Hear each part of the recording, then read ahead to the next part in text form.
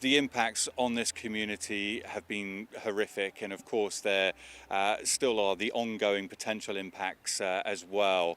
I just want to bring in Malia here, who we're standing currently at the Maui District Health Office, and Malia, you've been working here as well. So this office is truly a community collaborative of a bunch of nonprofit organizations, federally qualified health centers, and other community agencies who quickly stood up in a permanent structure, a place where people can get care. If you are in Lahaina, you know there are many medical offices and practices that have now been burned. And so here is somewhere that's a little bit more on the outskirts, but still a place where people, if you need care, regardless of your insurance, your provider, you can just come and get seen free of charge.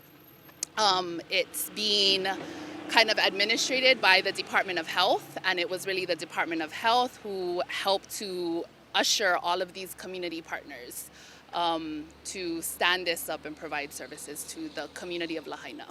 It is operating more like an urgent care right now, and long term, we don't even know what the plan is yet.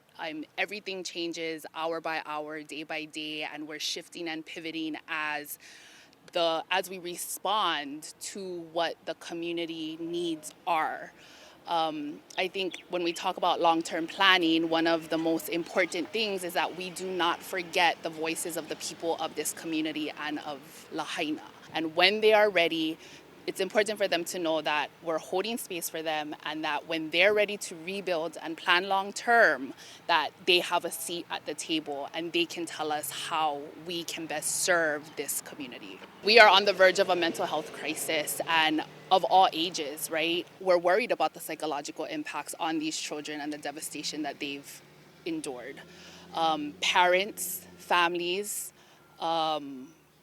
there's just so much to process, and Maui itself does not have enough mental health providers. And so we have been partnering with other neighbor islands who have been sending mental health providers.